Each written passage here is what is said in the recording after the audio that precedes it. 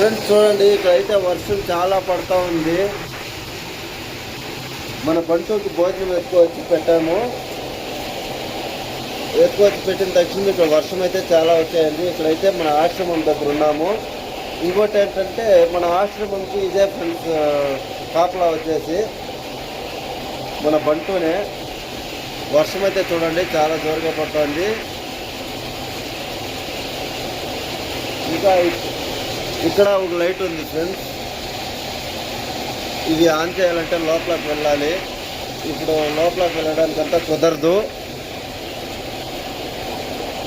మన బంటు అయితే ఆశ్రమం దగ్గరే పలుకునిస్తుంది. ఇక్కడే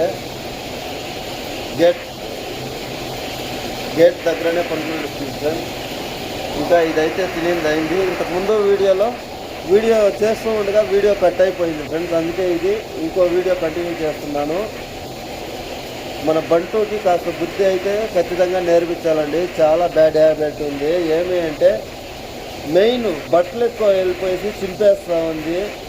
ఇప్పటికైతే నా ఒక 3 షర్ట్లు, అనువు అయితే ఒక 2 డ్రెస్సులు అయితే చింపేయింది ఫ్రెండ్స్ ఈ బంటు. కానీ నిజంగా ఇంకా కొట్టలేదు అలా చేసింది అనేసి. ఎందుకంటే మీ ఇంట్లో కుక్క ఇలా చేస్తే చాలామంది డౌట్ వస్తుంది కదా ఫ్రెండ్స్, ఏమంటే మీరు ఇంట్లో సాకిండేది ఇలా చేస్తే మీరు అలాగే కొడతారా అనేసి. అందుకే ఫ్రెండ్స్ దీన్ని అయితే మేము కొట్టలేదు. అలాగే బుద్ధి నేర్పిద్దాము అంటే కూడా దీనికి బుద్ధి నేర్పించేంత చిన్న వయసు కాదు కదా, చిన్న పిల్ల కాదు ఇది. అలాగే మన వీడియోని ఆదరిస్తున్న మీ అందరికీ పేరు పేరున కృతజ్ఞతలు చెప్తా ఉన్నాను. చాలా చాలా thank you so much friends. ఇంకా మీకు ఇదే వీడియోలో కంటిన్యూగా పెడితే మీకు బెజారైతుంది.